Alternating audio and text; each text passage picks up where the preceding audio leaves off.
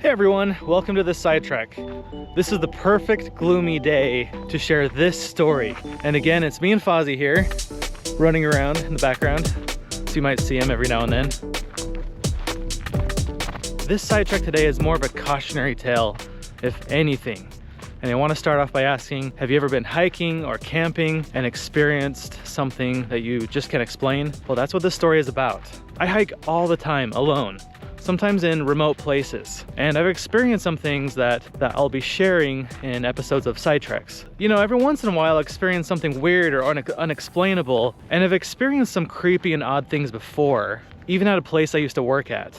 Including one lady told me how she was setting up the rack cards. You know, rack cards are the cards that have like advertisements and services and things on them, and they're just kind of displayed at like public places. This lady told me how she was setting it up, making it look all nice and clean, and she left the room, started walking away, and she heard a loud noise, and she turns around and goes back to the rack, and all of them are on the ground, this huge mess, and no one was in sight. And even me, I experienced something really weird there. I was supposed to move some boxes from one room into another room, and so I got like this cart. I stacked 2 boxes on top of each other, just 2, and they weren't leaning or anything. And I go in the room to grab another box, and I hear this huge crash. And I come outside the room, and I see the box on the ground with the contents just spilled everywhere, like somebody had pushed it over. I thought it was so strange at the time that I took a picture of it. And again, no one was around. It was just me.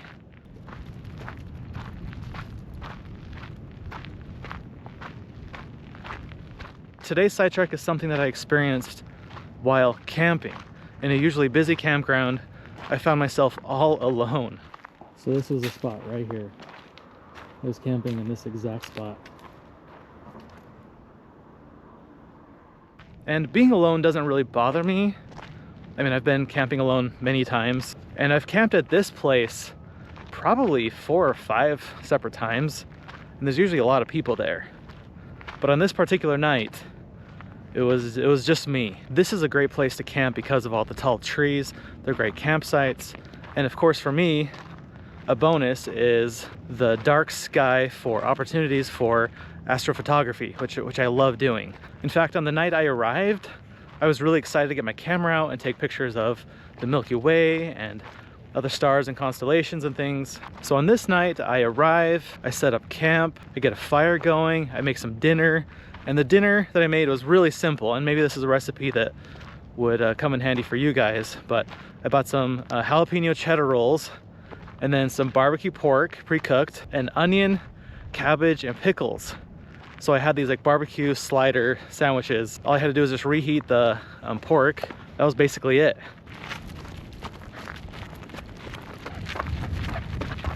After dinner, I practiced getting some shots of the stars, time lapses and videos and things.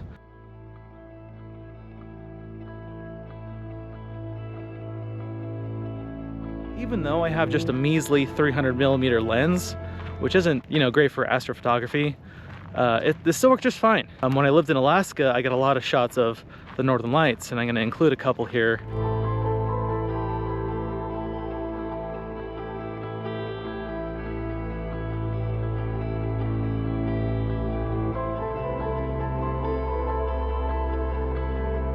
So anyway, all of this sets the stage for a nice relaxing night at camp. After driving all day, I was really excited to just set up camp, eat, and then go on a little short walk to a petroglyph panel nearby. And so I did.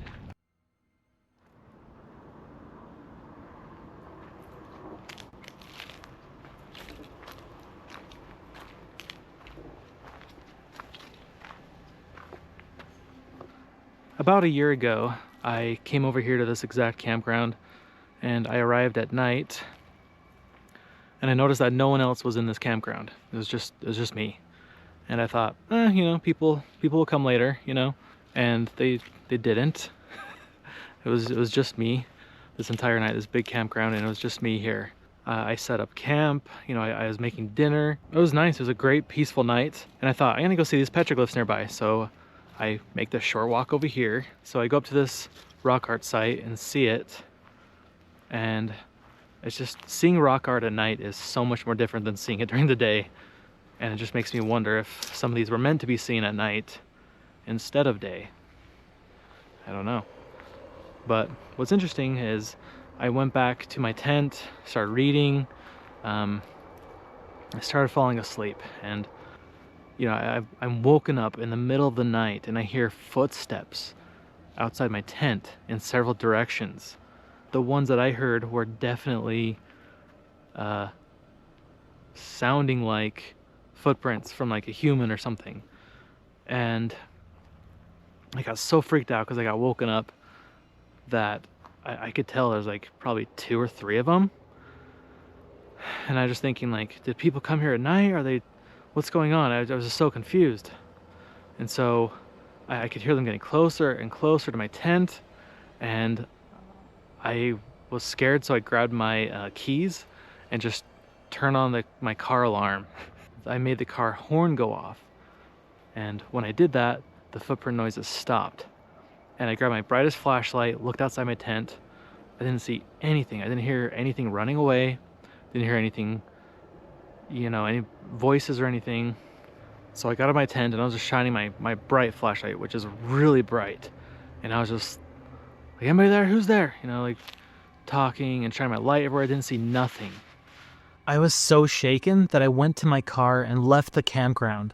And I eventually just fell asleep in my car. I got the worst sleep ever. Being back here has brought up some memories and some of those feelings where I was just like, I'm thinking I'm out here alone. There's no one here. What is going on, you know? So I spend the rest of the night in my car. After a restless night, I get up early and drive back to my campsite. I don't see any footprints, no animal tracks around my tent. There is a lot of sand and dirt at this campsite. And after combing the area for a good 15 minutes, I didn't find any animal tracks or even footprints or shoe prints. So because of that, I am even more cautious wherever I go. Definitely planning, you know, for any sort of thing, but usually try to go to places where there are other people already camping there, and not just me alone in this huge area.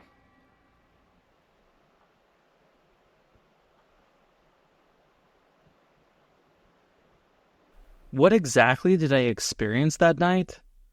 I heard several sounds in multiple directions surround my tent. Were people walking through my campsite at night? I don't think so. Why didn't I find a single footprint or animal track? Why didn't I hear the things move or even run away when my car alarm went off? Did I experience something supernatural?